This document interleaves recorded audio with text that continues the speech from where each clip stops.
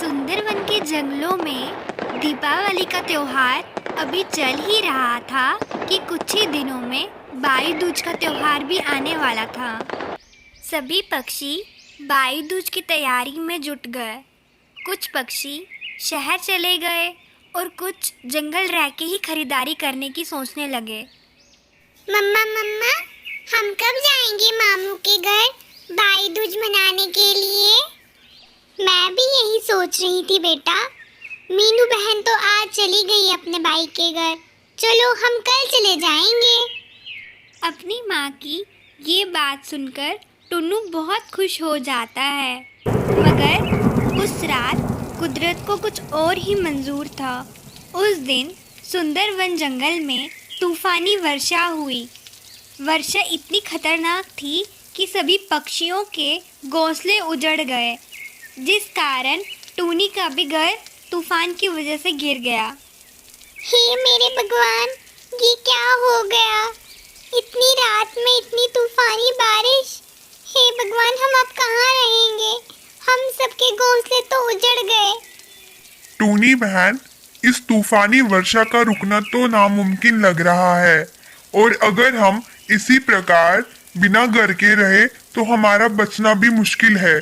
इससे बेहतर है हम सब पक्षी अपने अपने रिश्तेदारों के घर चले जाते हैं। कम से कम हमारे बचने का सहारा तो हो जाएगा। हाँ बंटी भैया, कह तो आप ठीक ही रहे हैं। मैं सोच रही हूँ टुन्नू को लेकर अपने भाई के घर चले जाऊँ।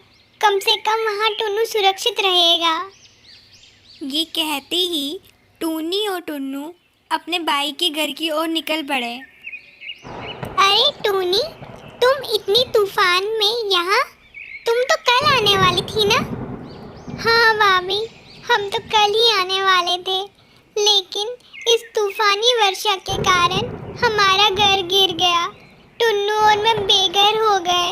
हमने सोचा इतनी रात में कहाँ जाएंगे, तभी हमने यहाँ आने का फैसला कर लिया। कोई बात नहीं टूनी, तुमने अच्छा किया। चलो मैं तुम्हारे और टुन्नू के लिए खाना लगा लेती हूँ। तुमने तो खाना भी नहीं खाया होगा। आओ दोनों पहले गर्मा गर्म खाना खा लो। सुंदरी टूनी के सामने अच्छा बनने का दिखावा कर रही थी, मगर मन ही मन उसे बहुत गुस्सा आ रहा था। वह तो ये सोच सोच के परेशान हो रही थी कि टूनी अब इस घर से कब जाएगी। अगले दिन टूनी ने बड़े धूमधाम से अपने भाई के साथ भाई दूज का त्योहार मनाया। वह बहुत खुश थी। उसने आज कई वर्षों के बाद अपने भाई के साथ ये त्योहार मनाया था। अच्छा टूनी, मैं चलता हूँ। मुझे दफ्तर के लिए देरी हो रही है। हम रात को मिलते हैं। तुम और टुन्नू तब तक आराम कर लो। ये कहते ही कल्लू अपने दफ्तर की ओर निकल पड़ा। अपने पति को दफ्तर की ओर जाता देख सुंदरी ने तुरंत ही टूनी से पूछा, टूनी, तुम्हारे घर जाने का इरादा है भी या नहीं? तुम्हारे तेवर देखकर मुझे तो नहीं लग रहा। तुम्हें पता भी है तुम्हारे भाई का घर छोटा है, फिर भी तुम इतने दिन से यहाँ पड़ी हो। अपनी भाभी की मुंह से ऐसी बात सुन टूनी को बहुत बुरा लगता है। वे बेचारी रोते हुए वहाँ से टुन्नू को लेके चले जाती है। टूनी अभी कुछ ही दूरी पे पहुँची थी, तभी उसे जंगल के बीचों बीच एक कौवा बेहोश पड़ा मिला। वह बेहोशी में पानी पानी चिल्ला रहा था। पानी, पानी, कोई मुझे पानी पिला दो। कोई मुझे पानी पिला दो। कल्लू भैया, रुकिए, मैं आपको पानी पिलाती हूँ। आप फिक्र ना करें। ये कहते ही टूनी न आव देखती है न ताव। वह जंगल में पानी की खोज में निकल पड़ती है। वह टुन्नू को कल्लू के पास ही छोड़ देती है। काफ़ी देर जंगल में भटकने के बाद टूनी को आखिरकार पानी मिल ही जाता है। वह जल्दी से पानी कल्लू कौवे तक पहुंचा देती है। कल्लू भैया, ये लीजिए, पानी पी लीजिए। मैं बहुत मुश्किल से पानी ढूंढ के लाई हूँ। पानी पीते ही कल्लू को होश आ जाता है और वह टूनी का धन्यवाद करता है। टूनी बहन, आपका बहुत बहुत धन्यवाद। अगर आज आप न होती तो शायद प्यास के कारण मैं यही दम तोड़ देता। वैसे बहन, आपसे एक बात पूछूं? आप इतनी गर्मी में यहाँ क्या कर रही हैं? टूनी कल्लू को अपने दिल का सब हाल बता देती है। ये सुनकर कल्लू को बहुत अफसोस होता है। कल्लू टूनी को अपने साथ अपने घर ले आता है। बहन, आज से आप दोनों यही रहेंगी। यही है आपका नया घर। नहीं कल्लू भैया, ये कैसी बातें कर रहे हैं आप? ये तो आपका घर है, हम यहाँ कैसे रह सकते हैं? देखिए टूनी बहन, आप मुझे भैया भी कह रही हैं और पराया भी कर रही हैं। मेरा घर तो बहुत बड़ा है। अगर आप यहाँ नहीं रहना चाहते तो आप मुझे बाद में किराया दे देना, लेकिन फिलहाल जब तक आपका अपना घर बने तब तक आप यहाँ रह ही सकती हैं। कल्लू के बहुत जोर डालने पर टूनी वहाँ रहने के लिए मान जाती है और उस दिन के बाद वह खुशी खुशी रहती है। वह बहुत जल्द अपना एक नया घर बना के तैयार कर लेती है और वह कल्लू कव्वे को धन्यवाद देना नहीं भूलती। ये कहानी है टूनी की, जो कि सुंदरवन जंगल में अपने सभी पक्षी दोस्तों के साथ रहती थी। अरे ये सबको हुआ क्या है? सब इतनी हड़बड़ी में आज कहाँ जा रहे हैं? कोई भी मुझसे बात नहीं कर रहा, न जाने क्या बात है।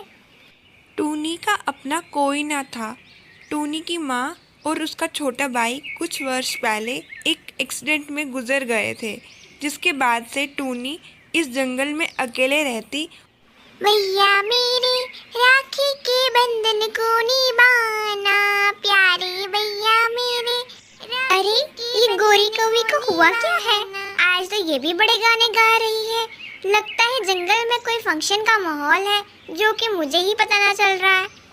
चलो अंदर चल के पूछ ही लेती हूँ कि इसकी इतनी खुशी का राज क्या है। गौरी बहन, क्या बात है? आज तो बड़े गाने शाने गाए जा रहे हैं। मुझे भी तो बताओ इस खुशी का राज क्या है। अरे टूनी बहन कहाँ? वो तो मैं भी इस माहौल में थोड़ा रंग गई थी, तो मैंने भी ये गाना गा ही दिया। वरना गाना गाना तो मेरे बस की बात नहीं है, ये तो आप जानती ही हैं। अच्छा गौरी बहन, मैं वो क्या कह रही थी कि चलो ये बाजार तक जाके चक्कर लगा के आते हैं, कुछ सामान भी खरीद लेंगे और थोड़ा घूम के भी आएंगे।